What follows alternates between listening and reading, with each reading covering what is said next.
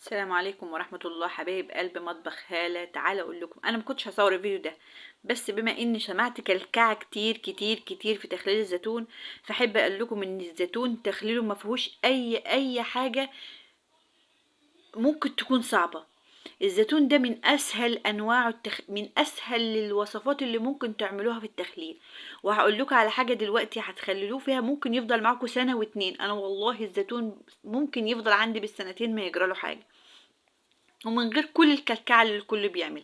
هي الازازه دي، وشوفي حسب الكميه بتاعتك. انا اولادي ما بياكلوش الزيتون، وصراحه اختي كانت جايبه لي الكيلو ده، فقلت اعمله معاكم واشاركه معاكم، عشان انا فعلا الزيتون ما فيهوش اي حاجه ممكن تكون صعبه.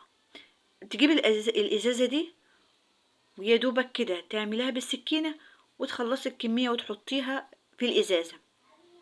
وبعد ما تخلصي الكميه كلها هوريكي دلوقتي هتعمل ايه. والله يا جماعة الزيتون ده ممكن يقعد بالسنة والسنتين ما يجراله اي حاجة. وبمجرد انك فتحت عليه الازازة بتلاقي طعم ولا احلى من كده. وممكن ساعتها بقى تحطي اللي انت عايزة تحطيه، عايزة تحطي شطة، عايزة تحطي مخلل. انا كده خلصت كل الكمية معاكم. ده كان الكيلو اللي كان عندي فعملته، واصلا الازازه كانت محتاجه لسه كمان، فانا عملت على قد الكميه اللي عندي، لان بصراحه الاولاد عندي مش بياكلوه. انا غسلته قبل ما اعمله وحطيته وعملته بالسكينه زي انتم ما شفتوني. ودلوقتي باخد الميه بتاعته غسلته، وعايزه اشوف المقدار اللي هعمل فيه الميه. ففضيت تاني الميه من الازازه، وحطيت نص كيس ملح، وحطيت نص كيس ملح ومعلقتين 2 زيت.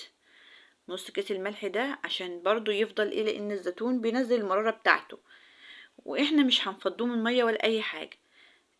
حطيت المية وحطيت عليها نص كيس الملح، وهنحط دلوقتي هتشوفوني معلقتين 2 زيت. والموضوع انتهى على كده بقى، لا جزر بقى ولا بشرنا جزر ولا اي حاجة. كل الحاجات اللي انتوا عايزين تحطوها دي ابقوا حطوها بعد ما تفتحوا على الزيتون. يعني خلاص انا عرفت ان انا هفتح على الزيتون. مثلا عايزه اضيف شطه، طبعا الشطه يا حبايبي قلبي انا هنبقى اخليها معاكم بعد كده. طبعا ما بتاخدش يومين اتنين. الشطه ما بتاخدش يومين في تخليلها.